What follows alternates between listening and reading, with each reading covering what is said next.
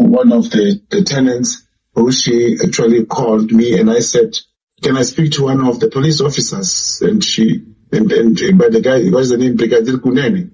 He then confirmed that they are there for session and seizure. And I asked him that, but Brigadier, why don't you inform me on time that I'm able to organize my legal representative and we meet and you are able to seize whatever that you want to actually seize. And then now, as I told them I'm in Johannesburg, I sent them my live location where they'll find me. They're coming to Johannesburg to meet me. And I'm trying even to say why, but why at night? Why don't... All right, Mr. Mogotsi, we are losing you a little bit there. I'm going to ask us to start once again, and I'm just trying to make sure that you are on the right spot so that there isn't a breakage in transmission. So what I've gathered from you so far is that you were not at the property that was raided today. You are in Johannesburg. So start us there. Yes. At which property was this, and who informed you of the police's presence there? Actually, what is happening? There are tenants who are renting from one of my properties. The same tenants phoned me, but then there is this media spread on social media that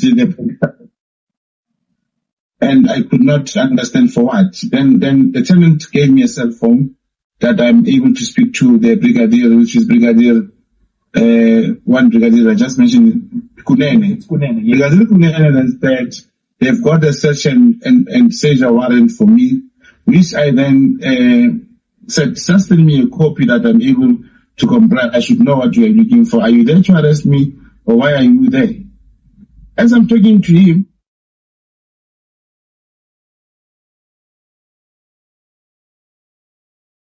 why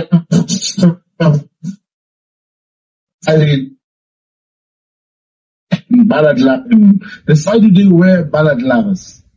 Why did they come in 15 vehicles to come and search me? Why don't they inform me they're coming to search you, or inform the police in Mahikeng? There are 2 police stations in Mahikeng. They will just come there and tell me, Mr. Brown, you are wanted at the police station. I'll avail myself, wait for them, come fetch me, go and search whatever they want to search. Yeah. All right. So tell us this. What was taken at the property? They could not take anything because it's a tenant place. They did not go to my house. They could not take anything. I sent them a location in Johannesburg where I am, and they are busy traveling. I think they are on their way to come and see me, which I can confirm I won't be available to see them at night. 10 o'clock, these people come to search me at 10 o'clock at night, because they're saying they'll only arrive after 10 or 11, which I'll prefer that tomorrow morning I'll perhaps head myself to Sentin or Alexandra police station with my lawyer, that they're able to conduct what it is that they are authorized to do by the court of law. Yeah. Were you able to, or was the tenant able to tell you how many police officers were there? I think I heard you saying that they were wearing balaclavas. Is that part of your concern? There are so many. There are more than 15. There are more than 15. Even on the social media page, let me give you this name. Kato Molusangwe. Kato Molusangwe. On his Facebook page, you'll be able to see how many cars which were there. Yeah. Just to come and search him. You're saying that they were wearing... And they, by the way, they took my tenant's cell phone, the gadgets belonging to a tenant who's renting from me. They took a cell phone. And you are saying that tomorrow, when you decide to meet them, because as they've told you, they are now coming towards where you are in Johannesburg. If they do get to where you are, would you want us to also be part of that, just so you are sure that it is police officers that are coming to you?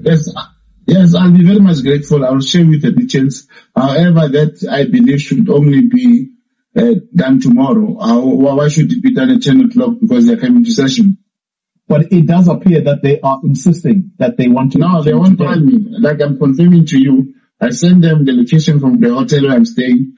I'll perhaps find something, just for tonight, such that tomorrow we are able to meet in certain police station, because that's my nearest police station. Then we are able to resolve this matter. Just a quick matter outside of the raid. Today, the minister was in Parliament, and the question was asked of him, where did Brown Mogotsi get the letter or the information about the disbandment of the task team? Are you able to tell us tonight where you got that information that you were able to... That letter was on social media. It was, yes, that letter was on social media. I can remember very well. It was on the 2nd of January. That letter was on social media. And I can give you a trick. Let me tell you. And to be able to join the dots. When the letter arrived at the National Commissioner's office, he's the only one who had the letter, or the acting National Commissioner. How did the letter go to the media? Himself and Lieutenant General Mkonazi, they keep on saying they have received. They only saw the letter on social media. How is it that all communications for more than a year from the minister have been coming to their emails and to their offices without being leaked to the media? Why is it this particular letter managed to get its way to the media? Yeah. You should just ask the question. Yes, I've got it on the 2nd, and I was not the only one. It was all over social media. Yeah, but you communicated it to Ket Matlala. Why did you do that? I did, yes. Remember, and you must check the message which is written there. The political task team that has been harassing you has been disbanded. They also spoke about how did I know that the dockets were going to General Sibiya. It's a norm. If you are in this environment, the Deputy National Commissioner is responsible for all the dockets in the country. That's why I knew that those dockets must finally, of some way, be handed over to Deputy National Commissioner Sibiya. Yeah, but your intention of sending the letter to Ket Matlala or telling him that the political killings task team was disbanded, what was the intention behind that? So that they can be free now. So that they can say, oh, I want to tell, I want to open up. So that they can be free, because they went to his house. Remember, I'm going to the commission. A lot is coming. More than the dead colleague, ukhala madoda, was on born at Transcend Fikile Paya. Let me tell you, I will explain bit by bit. Why was it important for me to inform Ket? In one of the radio stations, I said, if Ket was able to fund the ANC January 8th with 100,000, whatever, don't you think he has told me who else has he given money to? Who else? Because now they're making Brown Mogotsi, and they're talking about this 180,000 for the January 8th. Yeah. A lot is coming. Yes, a lot is coming. When I gave you, I've requested the extension, at least has been granted. It means in a week or two I'll be in Matlanga Commission to give the side of the story. All right. As we end off, remember to send us the information about where you are so that we are able to join you there in case the people that are looking for you do arrive. Just as we end off, how would you describe your relationship now with Ket Matlala? Ket Matlala is a businessman. I'm a businessman.